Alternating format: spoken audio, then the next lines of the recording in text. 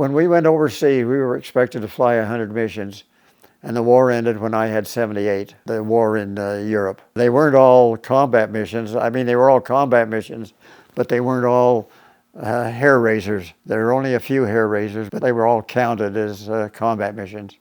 When you get in an airplane and cross the bomb line and do something, they counted that as a combat mission. But I was supposed to do 100, but the war ended before I got to 100. I had friends there that done 100, had gone home, and had come back and were working on their next 100. So there are a lot of guys that had a lot more time than I had, a lot more missions than I had.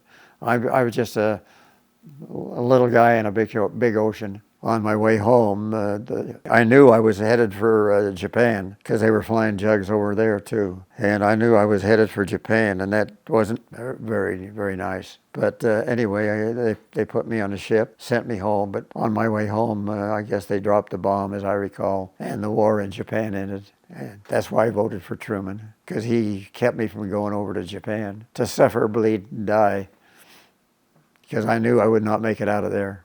If I had to go there, I knew I would not make it out.